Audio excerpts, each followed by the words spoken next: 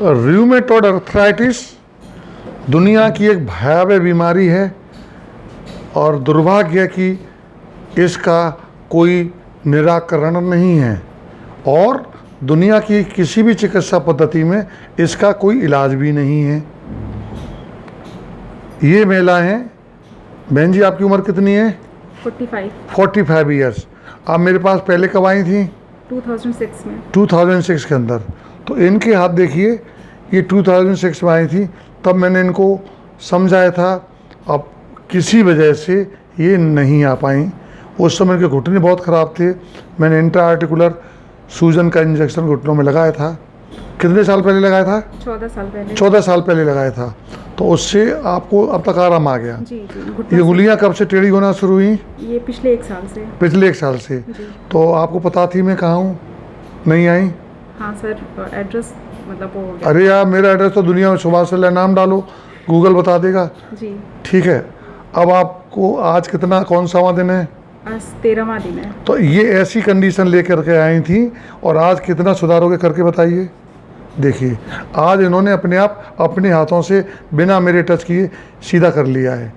तो ये इतनी हमने इनके अंदर सुधार दे दिया है। पर ये बहुत अभी जो बेवकूफ़ी की कर ली, और अभी ये बहुत इंटेलिजेंट तरीके से इनको बताएगी, हर चीज़ों का पालन कर रही हैं और ख़राब हो रहे हाथों को, उंगलियों को, इनकी दोनों कलाइयों के अंदर मैंने आज से 3 दिन पहले इंजेक्शन लगाया है। इन सब जोड़ों में मैंने इंजेक्शन लगाया है।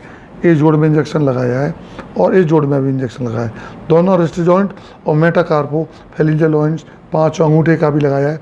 इस तरह से 5 जोड़, ये 6वां जोड़ और 7वां जोड़, इन 7 जोड़ों को अंदर मैंने सूजन कम करने इंजेक्शन लगाया।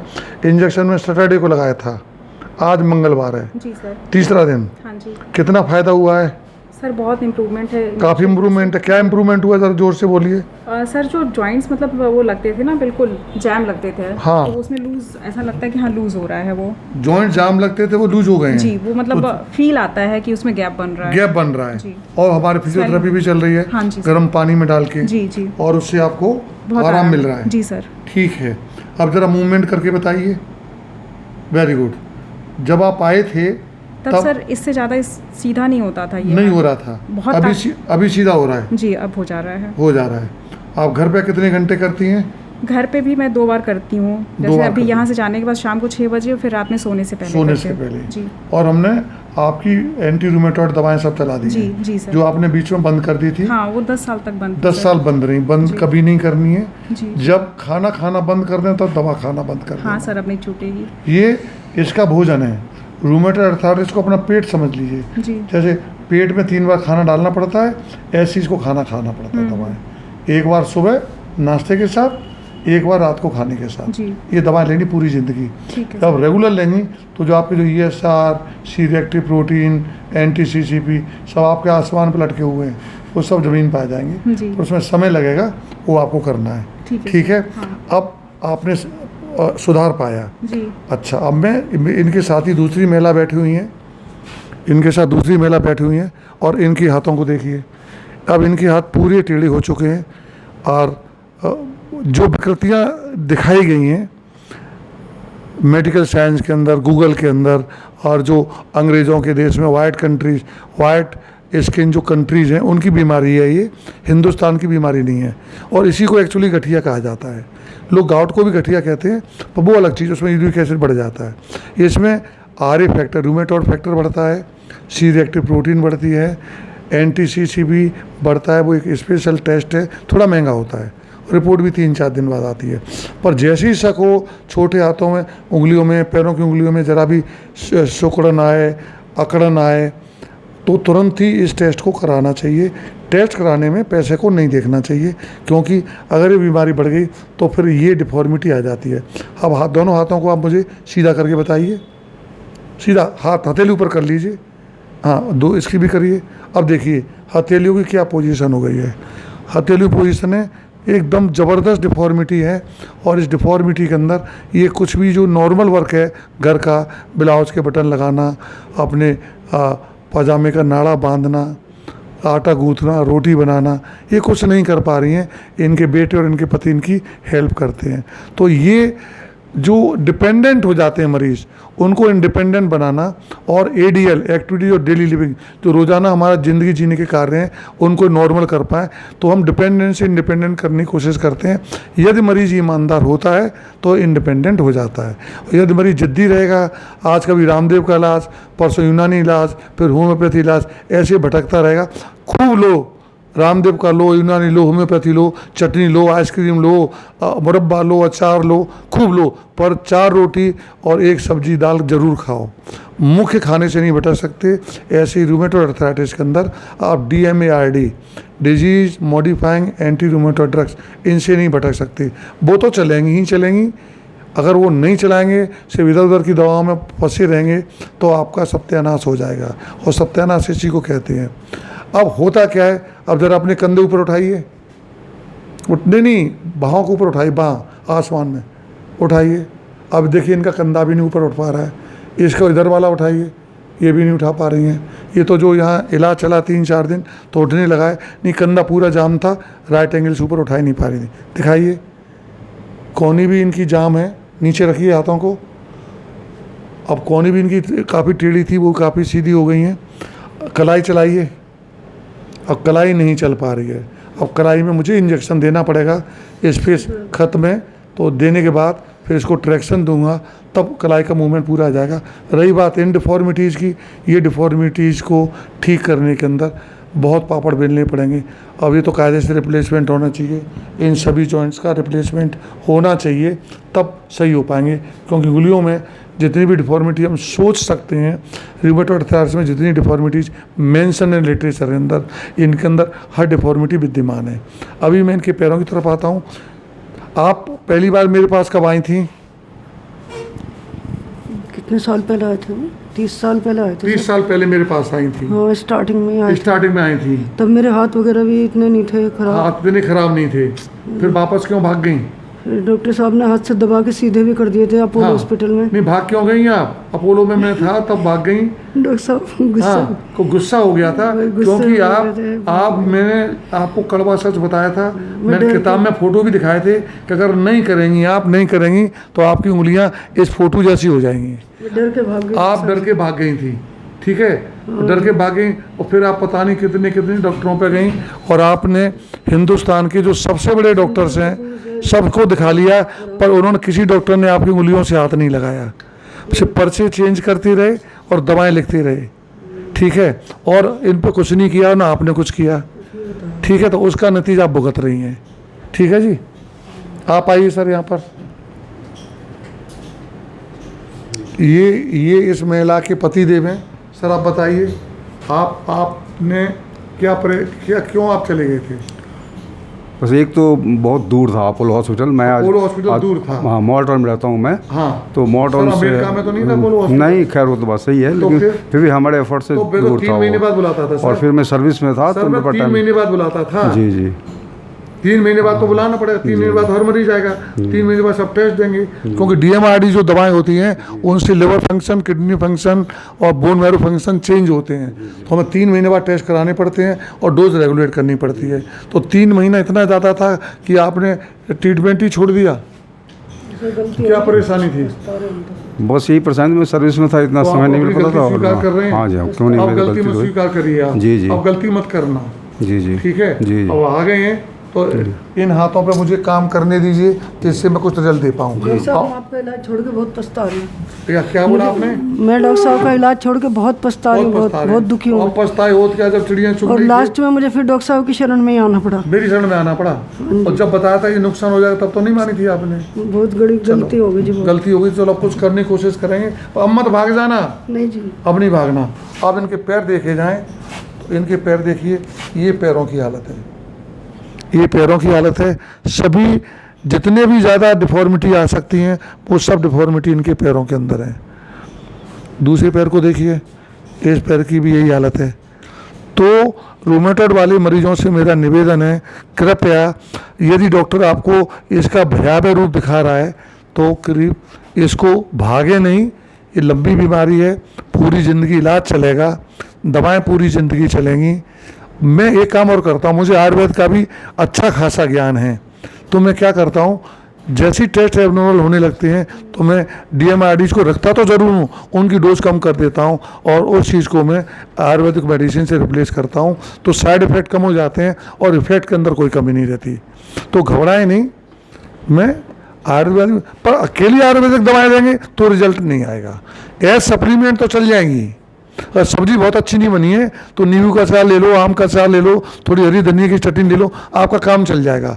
आप अगर ये चाहोगे सिर्फ आप नींबू के अचार से और हरी धनिया की चटनी से रोटी खा लें, वो नहीं चलेगा। तो आयुर्वेदिक दवाएं सातों चल जाएंगी सपोर्ट में, और शुरुआत से आयुर्वेदिक नहीं देता मैं, बहुत कम देता हूं मैं। फिर उसकी जैसे जैसे ब्लड रिपोर्ट्स गड़बड़ होती हैं मैं उनको कम करता, और ब्लड रिपोर्ट नहीं भी गड़बड़ हो रही है तो मात्रा कम करता चला जाता हूँ। कुछ लेडीज़ के बाल गिरने लगते हैं, कुछ आपके बाल गिरे थे, गिरते जा रहे हैं, तो उनकी डोज में कम करके आयुर्वेदिक पे ले आऊँगा। और आपको क्या परेशानी हुई थी? सर मुझे मेथोट्रेक्सेट की वजह से मीथोट्रेक्सेट से परेशानी थी, तो आपने और बाकी दवाई बंद कर दी। अरे मीथोट्रेक्सेट को छोड़ देते। सल्फासेराजीन चल रही थी सर, बट बीच बीच में चलती थी, फिर बंद हो जाती थी। तो ऐसा नहीं करते हैं। DMIRDs कभी बंद नहीं होती। अच्छा, आपने खाना खाना कब बंद किया था बीच बीच में? खाना तो नहीं, खाना खाना बंद किया, तो ये किनको बंद कर दिया? ये दवाएं, इसकी भूख है भाई दवाओं इनकी, ठीक है। तो रूमेटॉइड अर्थराइटिस के अंदर कभी भी DMIRDs को बंद नहीं करना चाहिए, डॉक्टर के टच में रहना चाहिए, हर 3 महीने पर टेस्ट कराने चाहिए, उस टेस्ट की जो रिपोर्ट है उसके आधार पर दवा को चेंज करना चाहिए, डेली फिजियोथेरेपी करनी चाहिए। एक सबसे बड़ी बात, इस महिला के लगभग शरीर का हर जोड़ खराब है, दोनों घुटने खराब हैं, और इनकी हिप का एक फ्रैक्चर भी हो चुका है। फ्रैक्चर हुआ है ना आपका, और फ्रैक्चर जुड़ नहीं रहा है आपका। नहीं, आपकी दवाई से इतने चलने तो मेरी दवाई से चलने लगी हैं। हाँ जी, नहीं मैं चल नहीं पा रही थी, फिर आपने बताया तो हेयर लाइन आप तो उस दौरान आई थी मेरे पास जब कोरोना चल रहा था। हाँ जी, 20 अप्रैल 2020 को आप आई मेरे पास। तो अब इससे कुछ आराम। कोरोना के लिए स्पेशली मैं घर से आया था आपकी क्लिनिक, अपनी क्लिनिक में, ठीक है। तो आप इनको आराम मिला है इसलिए अब आ रही है, पर प्लीज अब बीच में मत छोड़ देना। पर इनको ठीक करने में कम से कम 6 महीने लगेंगे, और जो यहाँ करें उसको दिन में 3 बार घर पे करना है आपको। आप एक बात बिना नियम बना लीजिए, जब तक आप 2 घंटे एक्सरसाइज नहीं कर लेंगी तब तक खाना नहीं खाएंगी। अकेले कैसे करूँगी, कोई हेल्प नहीं करेगा? नहीं, वो हेल्प करने वाले रहेंगे, आप करिए, नहीं तो एक बार नौकर रखिए। अकेले तो नहीं, तो नौकर रखिए उसके, या मुझे नौकर रख लीजिए, और क्या करोगे, मैं आपके घर चलता हूँ, पर मैं 5 लाख रुपए महीने लूँगा आपसे। पति किस लिए होता है? बे पैसे का नौकर। सर जी, पतिदेव जी, सही बात आप हेल्प करेंगे नहीं करेंगे? जरूर करूँगा, लेकिन ये जो है ना वो घर के मुर्गी दाल बराबर वो कहानी है। आपके क्लिनिक में सभी कुछ करती है, हाँ। लेकिन घर पे जो है ना ये फिर नखरे करती है, दर्द कर रहा है, क्यों ऐसा कर रहे हो, ऐसा करो, ऐसा करो। दर्द आप एक बाथ टब ले लीजिए। जी हाँ, बाथ टब आएगा जी हाँ, 2.5 फुट बाई 6 फुट का। जी जी, उसमें इनको 2 घंटे गर्म पानी में रहने दीजिए। ठीक है सर। और बाथ टब वो लेना जिसमें कि बड़ी देर तक पानी गर्म रहता है, और पूरी बॉडी गर्म पानी में रहेगी, सिर्फ नाक ऊपर रहेगी, नाक के नीचे तकिया लगा देना, एयर पिलो जो आता है, और उसमें 2 घंटे डाल के फिर एक्सरसाइज करेंगे, सर दर्द नहीं होगा। मानिए मैं पिछले 40 साल से करीब तो 1000 टब दिलवा चुका हूँ मरीजों को। बाथ टब 4-5 हज़ार से कम का नहीं आएगा, और जो गर्म पानी गीजर एक लगा लीजिए बड़ा वाला 35 लीटर का, और बाथ टब में डालिए, 3 बार बाथ टब में जाएंगी, और जैसे उससे बाहर निकलें हर जोड़ की एक्सरसाइज करेंगी, तब रिजल्ट आएगा। अब मेरी दवाओं का भी असर आएगा, जो ढीले होंगे फिर यहाँ फिजियोथेरेपी डेली आएंगे, 2 घंटे डेली यहाँ रहिए, मेरी टीम बहुत एक्सपर्ट है, ठीक है। मैं भी हज़ारों मरीज डील कर चुका हूँ, ठीक, तो उसका रिजल्ट आएगा। तो प्लीज़ भागिए मत, अब बहुत गलती कर चुके हैं, आप स्वीकार करते हैं? हाँ जी, गलती किया मैंने। आप गलती करेंगे? नहीं, अब बहुत नुकसान हो, अब तो कर पता लग गया, अब तो नुकसान हो रहा जी। तो मैं डॉक्टर सुभाष सल, ऑर्थोपेडिक सर्जन, ये दोनों महिलाएं। आपकी बहन की उम्र कितनी है? 60 ईयर्स हो गई। ये 60। 60 साल की मेरा बर्थडे आज बर्थडे है आपका, और बर्थडे के दिन आपका इंटरव्यू हो रहा है। आज आपका बर्थडे है 25 अगस्त। तो लेकिन एक चीज़ और अच्छी हो गई ना, क्या? आज से आपका सुधार प्रक्रिया शुरू हो गई। तो आपके हस्बैंड ने आपको बर्थडे का प्राइज दिया है, उपहार दिया है। आप तो कहती थी आपके पति आपकी हेल्प नहीं करते हैं, वो कह रहे मैं फिजियोथेरेपी भी कराऊंगा, बाथ टब भी लेके आऊँगा, और इनके जो हाथ पैर खराब है इनको मैं सीधा करने की कोशिश करूँगा। डॉक्टर साहब के सामने आपके उससे कह रहे हैं बस। अच्छा, मेरे सामने कह रहे हैं, मुझसे डरते हैं? सर जी आप डरते हैं मुझसे? नहीं डरते हैं, आपसे प्यार करते हैं, ठीक है। तो प्लीज़ आप एक्सरसाइज देखिए, जब तक 2 घंटे, आधा घंटा तो बाथटब के अंदर और उसके बाद 2 घंटे एक्सरसाइज, उसके बाद खाना खाइए। और एक चीज़ और ध्यान रखना, किसी भी कीमत पर जानवरों से उत्पन्न कोई खाना नहीं खाना है। दूध लेना है तो सोयाबीन का दूध लेना, घर पे बना लो तो पड़ेगा 30 रुपये लीटर, और बाज़ार से लेंगी तो पड़ेगा 120 रुपये लीटर। ठीक है, यूट्यूब पे कम से कम 1000 वीडियो दिए हैं सोयाबीन का दूध बनाने के, और आपके लिए सोयाबीन बहुत ज़रूरी है, क्योंकि आपको ईस्ट्रोजन की कमी है। आपको सोयाबीन का दूध बनाना सीखिए, लीजिए, बहुत आसान है, मुश्किल नहीं है। और जो आपकी हड्डी टूट गई, फ्रैक्चर हुआ है, वो भी उससे जुड़ जाएगा। ठीक है, और आपकी हमने तमाम फ्रैक्चर जोड़ने वाली दवाएं दे दी हैं, उससे आपको फ़ायदा भी हुआ है। ठीक, तो एक दिन में 1 गिलास बहुत है?